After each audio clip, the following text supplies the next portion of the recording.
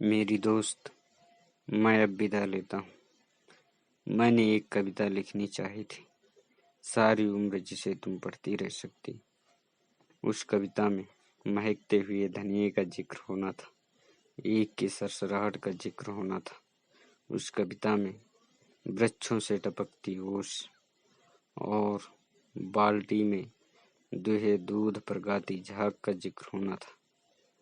और जो भी कुछ मैंने तुम्हारे जिस्म में देखा, उस सब कुछ का जिक्र होना था। उस कविता में मेरे हाथों की शक्ति को मुस्कुराना था, मेरी जांघों की मछलियों को तैरना था और मेरी छाती के बालों की नरम साल में से स्निग्धता की लपटें उठनी थी। उस कविता में तेरे लिए, मेरे लिए और जिंदगी के सभी रिश्तों के लिए बहुत कुछ होना था मेरी दोस्त, लेकिन बहुत ही बेस्वाद है दुनिया के इस उलझे हुए नक्शे से निपटना। और यदि मैं लिख भी लेता शगुनों से भरी वह कविता, तो वह वैसे ही दम तोड़ देती। तुम्हें और मुझे छाती पर बिलखते छोड़कर मेरी दोस्त, कविता बहुत ही निस्सत्व हो गई है, जबकि हथियारों के नाखून पूरी तरह बढ़ आए और अब हर तरह की कविता से पहले हथियारों के खिलाफ युद्ध करना जरूरी हो गया है। युद्ध में हर चीज को बहुत आसानी से समझ लिया जाता है, अपना या दुश्मन का नाम लिखने की तरह। और इस स्थिति में मेरी तरफ चुंबन के लिए बढ़े होठों की गोलाई को धरती के आकार की उपमा देना या तेरी कमर के लहरने की समुद्र की सांस लेने से तुलना करना बड़ा मजाक सा लगता था। सो मैंने ऐसा कुछ नहीं किया।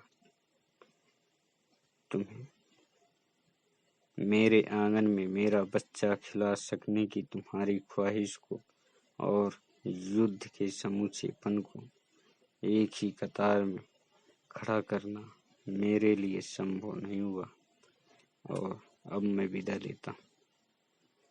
मेरी दोस्त, हम याद रखेंगे कि दिन में लोहार की भट्टी की तरह तपने वाले अपने गांव के टीले रात को फूलों की तरह महक उठते हैं और चांदनी में पगी हुई ईख के सूखे पत्तों के ढेलों पर लेटकर स्वर्ग को गाली देना बहुत संगीतमय होता है।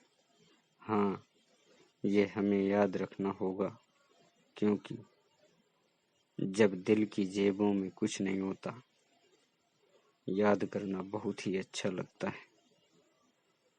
मैं इस विदाई के पल शुक्रिया करना चाहता हूँ उन सभी हसीन चीजों का जो हमारे मिलन पर तंबू की तरह तनती रहे, और उन आम जगहों का जो हमारे मिलने से हसीन हो गई। मैं शुक्रिया करता हूँ अपने सिर पर ठहर जाने वाली तेरी तरह हल्की और गीतों भरी हवा का, जो मेरा दिल लगाए रखती थी तेरे इंतजार में। रास्ते पर उगी हुई रेशमी घास का, जो तुम्हारी लरजती चाल के सामने हमेशा बिछ जाता था। टिंडों से उतरी कपास का, जिसने कभी भी कोई उज्र ना किया और हमेशा मुस्कुराकर हमारे लिए सेज बन गई। गन्नों पर तैनात पिद्दियों का, जिन्होंने आने जाने वालों की भनक रखी। जवान हुए गेहूं की बलियों का, जो हम बैठे हुए न सही लेटे हुए तो ढकती रही। मैं शुक्रगुजार हूँ सरसों के नन्हे फूलों का, जिन्होंने कई बार मुझे अवसर दिया तेरे केसों से पराग के सर झाड़ने का। मैं आदमी हूँ, बहुत कुछ छोटा छोटा जोड़कर बना हूँ, और उन सभी चीजों के लिए जिन्होंने मुझे बिखर जाने से बचाए रखा। मेरे पास आभार है, मैं शुक्रिया करना चाहता हूँ। प्यार करना बहुत ही सहज है, जैसे कि जुल्म को झेलते हुए खुद को लड़ाई के लिए तैयार करना, या जैसे गुप्तवास में लगी गोली से किसी गुफा में पड़े रहकर जख्म के भरने के दिन की कोई कल्पना करे।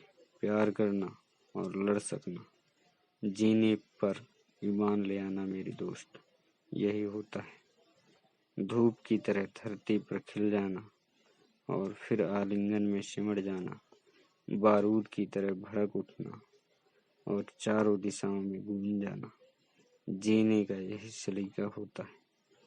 प्यार करना और जीना उन्हें कभी नहीं आएगा जिन्हें जिंदगी ने बनिया बना दिया। जिस्म का रिश्ता समझ सकना, खुशी और नफरत में कभी भी लकीर न खींचना, जिंदगी के फैले हुए आकार पर फिदा होना, सहम को चीर कर मिलना और फिर फिदा होना, सहम को चीर कर मिलना और विदा होना बड़ी सूरवीरता का काम होता है। मेरी दोस्त, मैं अब विदा लेता हूँ। तो भूल जाना मैंने तुम्हें किस तरह पलकों में पाल कर जवान किया, कि मेरी नजरों ने क्या कुछ नहीं किया तेरे नक्शों की धार बांधने में, कि मेरे चुंबनों ने कितना खूबसूरत कर दिया तेरा चेहरा, कि मेरे आलिंगनों ने तेरा मोम जैसा बदन कैसे सांचे में ढाला। तू ये सभी भूल जाना मेरे दोस्त, सिवा इसके कि मुझे जीने की बहुत इच्छा थी, कि मैं गले तक जिंदगी में डूबना चाहता था। मेरे भी हिस्से का जी लेना, मेरे हिस्से का भी जी लेना मेरे दोस्त, मेरे हिस्से का भी जी लेना।